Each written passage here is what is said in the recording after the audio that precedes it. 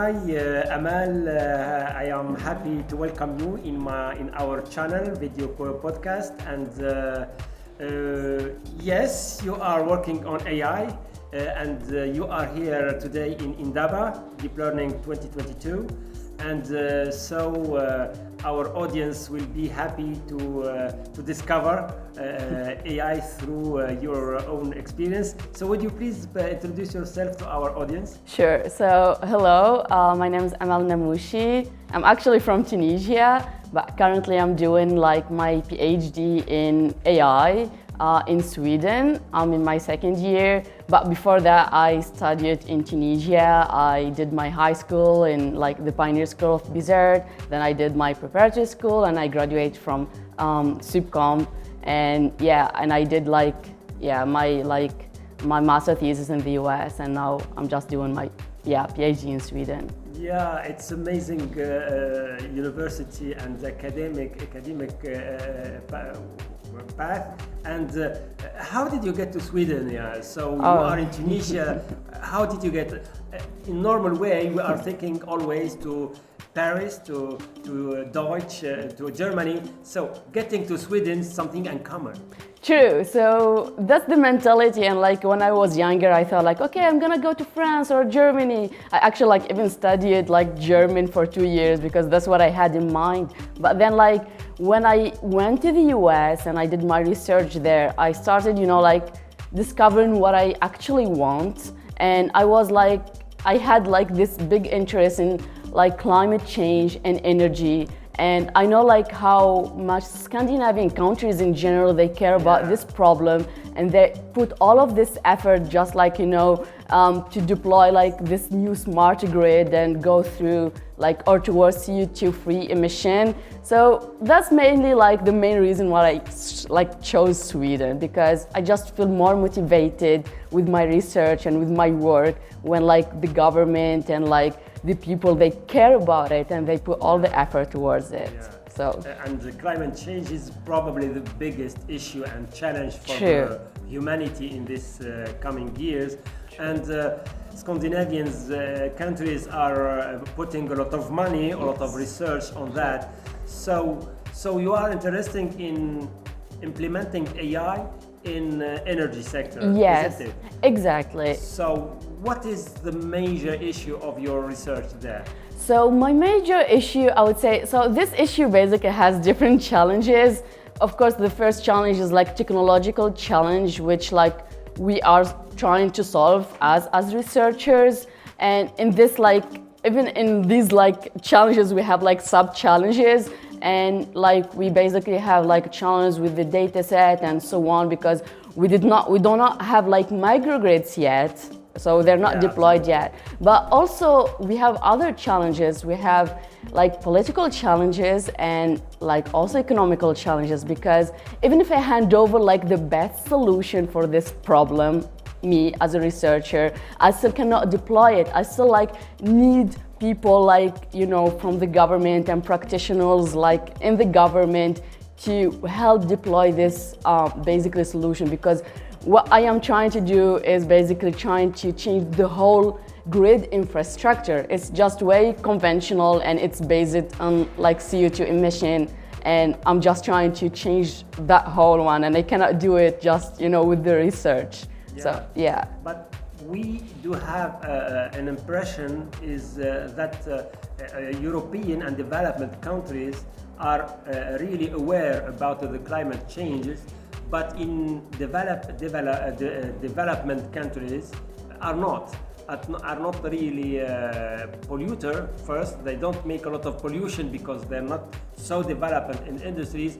But do you think it is an issue to implement or to master AI technology for development countries? Yeah, that's true. Like, I agree with you that like we're not as aware about the problem and how serious and dangerous it is here in our countries, like in Africa, compared to Europe. And I think I personally think like one of the reasons that we have many problems, and some people are like, okay, we're thinking about poverty and we're Yes, thinking about solving about like, absolutely. you know, nowadays problems. How do you want me to think about like, you know, problem for the next generations? So I think probably that's like Yeah. one of the reasons. That's what is But happening. it's just an excuse. It's honestly like as serious as any other problem like poverty and whatsoever. And I think we need like to raise awareness about how serious it is among individuals, among companies, and also among governments, so that we can basically, you know,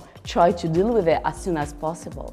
Yeah. Do you think, for example, in Tunisia here, it would be interesting economically point of view to implement AI solution in the field of microgrid or Yeah. smart grid? Yeah, absolutely. So the first reason is that our climate, we can basically use solar like energy, and that's very like efficient. The other reason is, okay, I keep saying like my objective is like to go CO2 free and to help the climate, but of course I'm aware that I'm gonna deal with partners and people who care about money one day, and one of the objectives also of my research is to prove that also it has less cost than the actual like, you know, way of generating electricity. It will be beneficial, it has profit. So if I go over like to some, you know, someone like who's able to implement this, I'll tell them it actually has some kind of profit, because basically we have lots of like costs like with all of the distribution. You know, like in Europe, I'm not sure in Tunisia, but like in Europe, like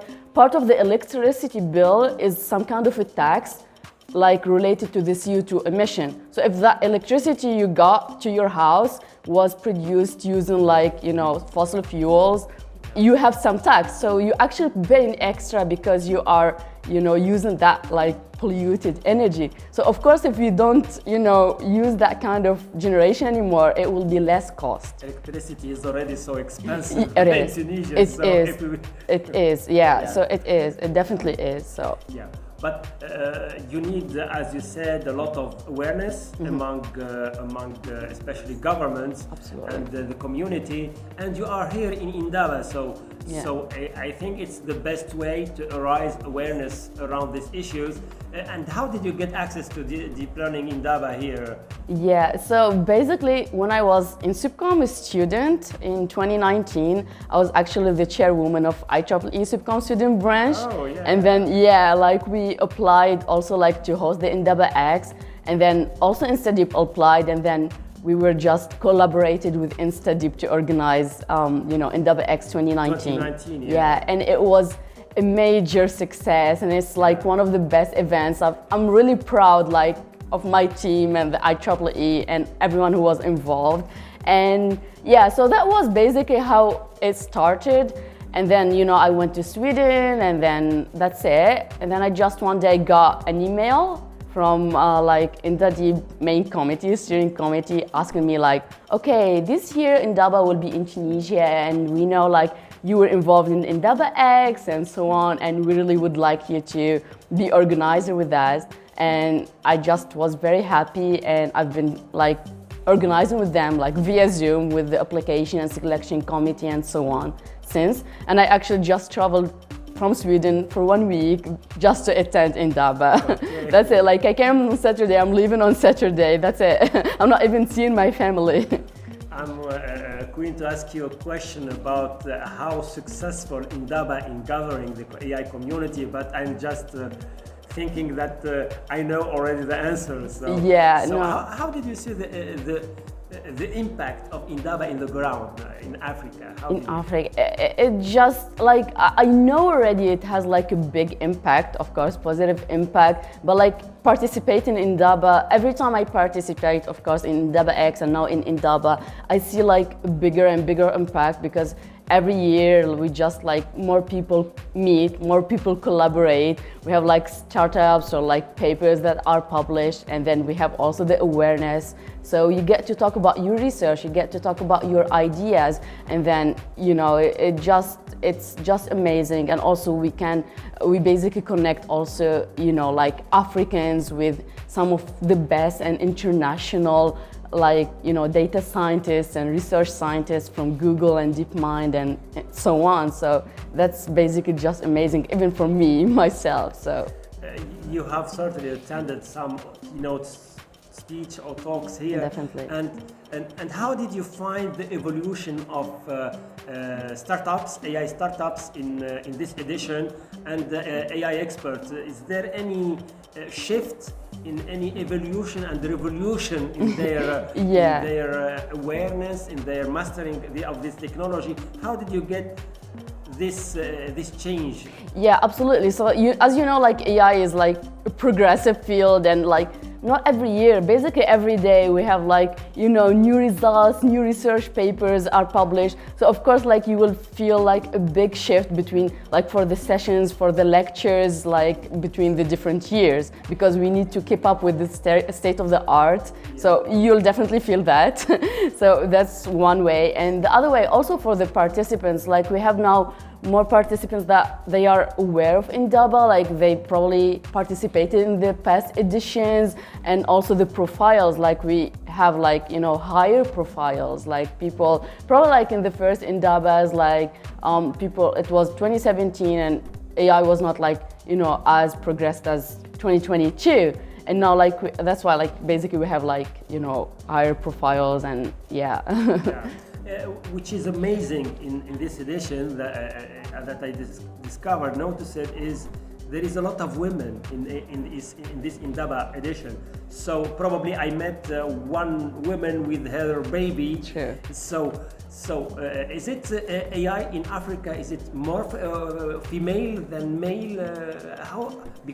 In this kind of field of STEM, it's scarcely rare to have women in this field. Yeah, so I think my first impression is about Tunisia, because, you know, I studied in Tunisia and we always have like even females more than males, but I know like your question is mostly about Africa, and I know like in some countries they have like less access to knowledge, and even like they don't go into computer science field in general for a reason or another. And that's one of like the main reasons why we do INDABA. We want to give them this opportunity like to discover the field and to grow as persons. And even if like a woman, like, you know, she has her child and she needs to bring it, okay, of course, you know, like we don't have barriers, we just want to learn. And yeah.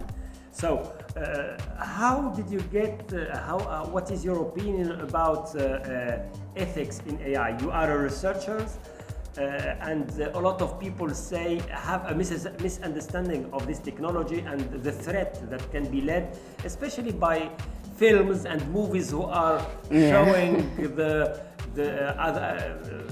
either the miracle way of doing AI or the evil way to do it. So how do we need ethical guidelines to implement and to deliver this technology to the people?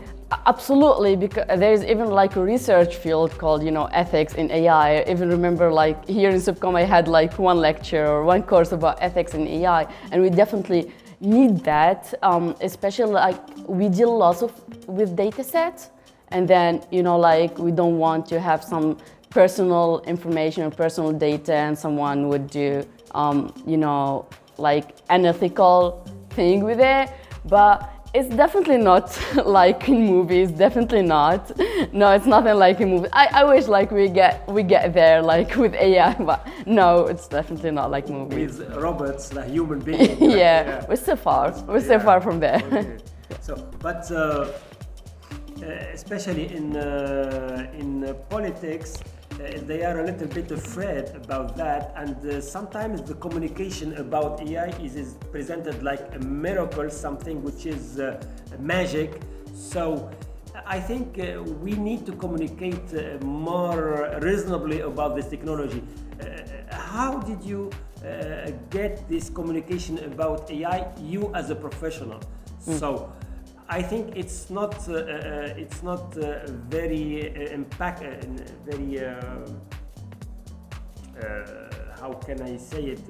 It doesn't help to develop and promote AI, to talk about AI as a magic tool. I don't think it's a magic tool. It's some sort of like in media. That's what is presented most unfortunately, of the time. because they're not aware enough, and they don't have, you know, probably the right background to know that basically AI is some sort of like some maths that was already there for decades, but like it just like had this major like progress in the last years thanks to the hardware and the data set, like, you know, availability. But it's basically just for me, like as a data, like, or as a researcher, like I just look at AI, a sort of maths and like, you know, informatics. Or, but you are too close to the AI community. So how did you see the future of AI in Africa?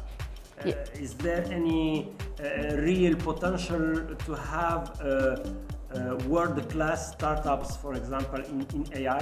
I think we already do. Like probably so many people already heard about InstaDeep, and it's already like a world-class, you know, like startup like working in AI, and that's already like one proof that yes, we do. And yes, we can, absolutely. And I think also like Africa is a very hot market for AI. Like we have lots of issues, and with issues comes solutions. And with, you know, solutions, you need startup and you need, you know, entrepreneurs. So like if someone wants like to create startup or, you know, to become an entrepreneur, Africa in AI, Africa is the right place. Yeah. So. But what would be the specificity, the secret sauce, like said Karim in his keynote talk, what would be the specificity of African AI, if you can say that? Specificity of African AI, like you mean the fields or like?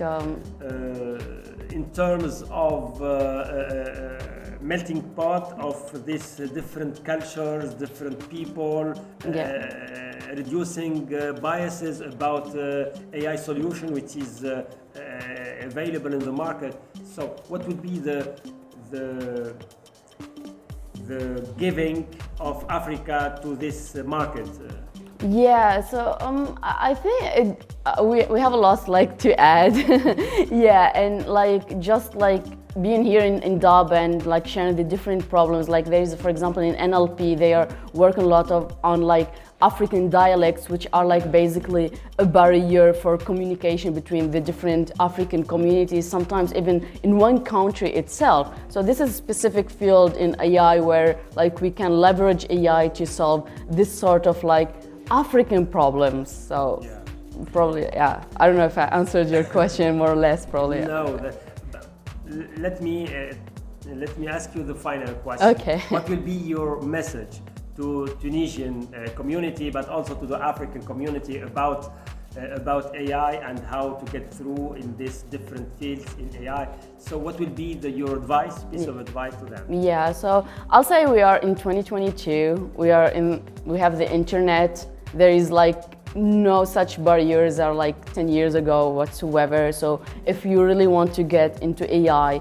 you have, you know, tons of like available online resources, and then we have like amazing African communities, including INDABA, where you can get like to meet people like working, you know, on the state of the art AI. So just reach out and just you can email, or can you participate in the next INDABA or like INDABA X in your country, because we have INDABA X basically in most of, you know, the countries. And when you get to talk to other people in the same field, you'll get more motivated about it, and you'll just, you know, like you'll just go for it. So that's basically my advice, I guess. I will catch this advice just only for me, but I think that will be a very helpful one for Tunisian community and African community. Thank you, Amal, for coming with us, and we hope that you enjoy INDABA, but also the country and the weather and the people. And thank you. Please come back whenever you want. Thank you very much. Thank you. Thank you very much. Thank you.